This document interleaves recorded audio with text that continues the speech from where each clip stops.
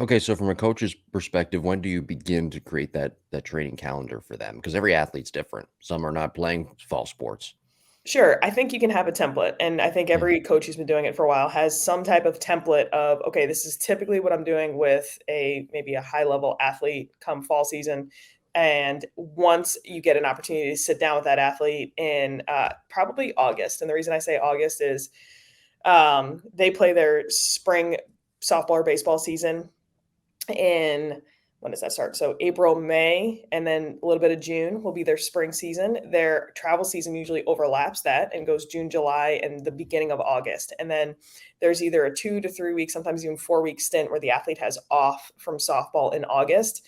That's when you want them to decompress, take a second to get away after they've just had their biggest, you know, run of their season, and then come back Hmm. and say, okay, let's reflect on the last season.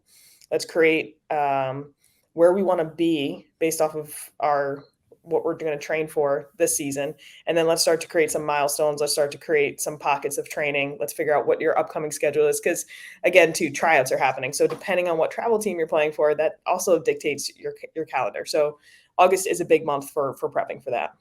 Okay, so then you go from August to September to October into October. How do you deal with players who are coming off being injured? That's Yeah, a I tough mean, one. yeah, an injury can happen right at any time. Yeah. So just like anything else, it becomes like you kind of scrap what you had, right? You crumple up what you had, Hmm. and you start to figure out, okay, how bad is this injury? How much attention does this injury need? Because sometimes, an injury can of like let's say something. I'm trying to think of something typical like a let's say an ankle Hamstring sprain. Oh, okay, or hamstring. Okay, perfect. hamstring, Yeah, yeah. Something that's hamstring. nagging injury. Exactly, nagging. It's not an acute thing that necessarily is a break or like a torn ligament, whatever it may be. So something that's nagging, they can still do most of their training with modifications. So really, Yeah. we just need to modify the current plan. We have Mm. something that is very like serious that requires surgery, that requires time off, whatever that may be. Honestly, I think concussions are probably the hardest thing to come back from Mm. because it is so difficult for an athlete themselves to be like, all right, am I just kind of a little bit tired today? Or am I extra tired, extra fatigued because my brain isn't healing? Mm. That's the hardest thing for us to manage coming back. But what you do is you say, okay, do I need to completely scrap what we've had or do I need to just modify?